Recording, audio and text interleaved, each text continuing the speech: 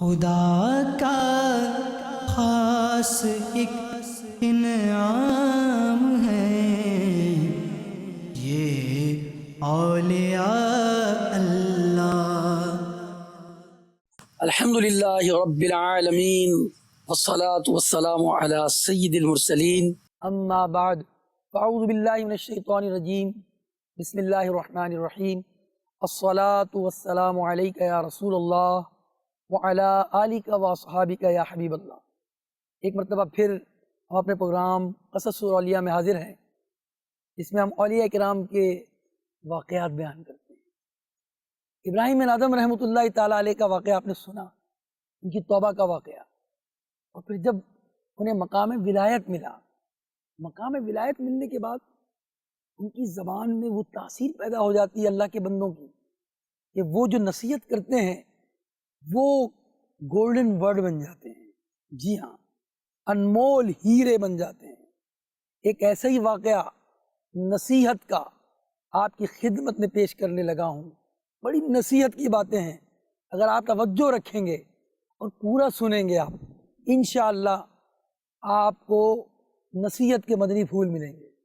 کہتے ہیں کہ ابراہیم بن آدم رحمۃ اللہ علیہ کی خدمت میں ایک شخص حاضر ہوا، کہنے لگا حضور گناہ سرزد ہو جاتے ہیں اور اس کا کچھ علاج ارشاد فرمائیے۔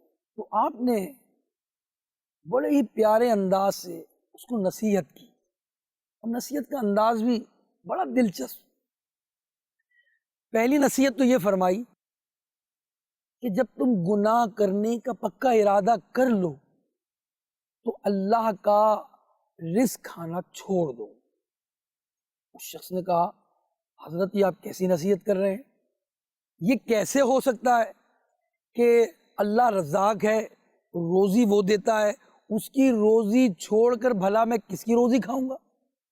تو فرمایا دیکھو کتنی بری بات ہے کہ جس پروردگار کی روزی کھاؤ اور اس کی نافرمانی بھی کرو۔ صحیح بات فرمائی آپ نے۔ دوسری نصیحت کیا کی آپ نے؟ فرمایا جب گناہ کرنے کا ارادہ ہو جائے تو ایسا کرو اللہ کے ملک سے باہر نکل جاؤ۔ کہا حضور یہ کیسی بات کر رہے ہیں؟ ارے مشرق مغرب شمال جنوب جدھر جاؤں گا اللہ ہی کا ملک ہے، اللہ ہی کی بادشاہت ہے، اس سے باہر تو جا ہی نہیں سکتا۔ سب ملک اللہ کا ہے، ساری بادشاہت اللہ کی ہے۔ آپ نے فرمایا تو کتنی بری بات ہے کہ اللہ کے ملک میں بھی رہو اور پھر اس کی نافرمانی بھی کرو۔ پھر آپ نے تیسری نصیحت کی اور کہا جب تمہارا پختہ ارادہ ہو جائے کہ بس اب گناہ کر ڈالنا ہے تو اپنے آپ کو چھپا لو کہ اللہ تمہیں دیکھ نہ سکے۔ کہنے لگے حضرت یہ کیسے ممکن ہے کہ اللہ مجھے نہ دیکھ سکے؟ ارے وہ تو دلوں کے احوال سے بھی باخبر ہے، اور وہ تو سب جانتا ہے، دل میں جو خطرات گزرتے ہیں نا اس سے بھی باخبر ہے، اور وہ اللہ تو سمیع و بصیر ہے۔ پھر چوتھی نصیحت کی اور کہا کہ کام کرو کہ جب ملک الموت علیہ السلام تمہاری روح قبض کرنے آئے تو تم ان سے کہنا کہ مجھے تھوڑی سی مہلت دے دو، ذرا میں توبہ کر لوں، اس کے بعد میری روح قبض کرنا۔ عرض کیا حضور میری کیا اوقات کہ وہ میری بات سنے؟ موت کا وقت مقرر ہے حضور، مجھے تو ایک لمحے کی بھی مہلت نہیں ملے گی، فوراً میری روح قبض کر لی جائے گی۔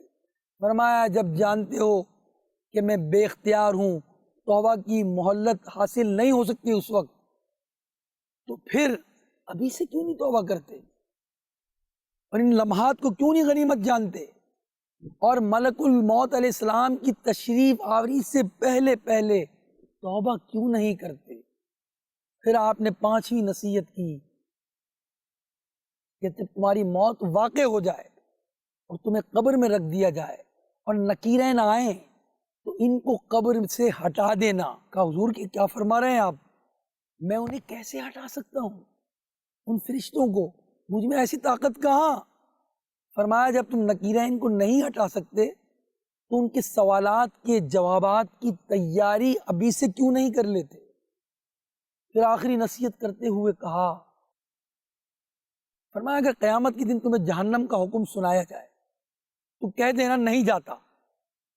کیا حضور وہاں تو گناہگاروں کو پکڑ پکڑ کر دوزخ میں ڈال دیا جائے گا۔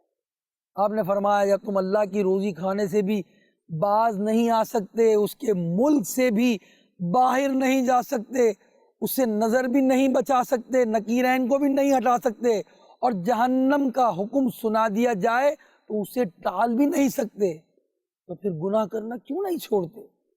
اس شخص نے ابراہیم بن ادم کا تجویز کردہ گناہوں کے علاج کا یہ نسخہ اپنا لیا، زار و قطار رونے لگا، اور اپنے گناہوں سے اس نے سچی توبہ کی، اور مرتے دم تک وہ اپنی توبہ پر قائم رہا۔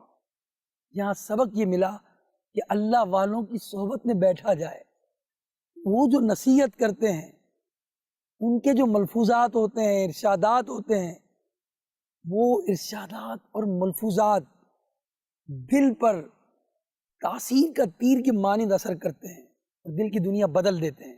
اس لیے اللہ والوں کی صحبت میں بیٹھا جائے، نیک صحبت میں بیٹھا جائے، تاکہ اس کا اثر ہمیں ہو۔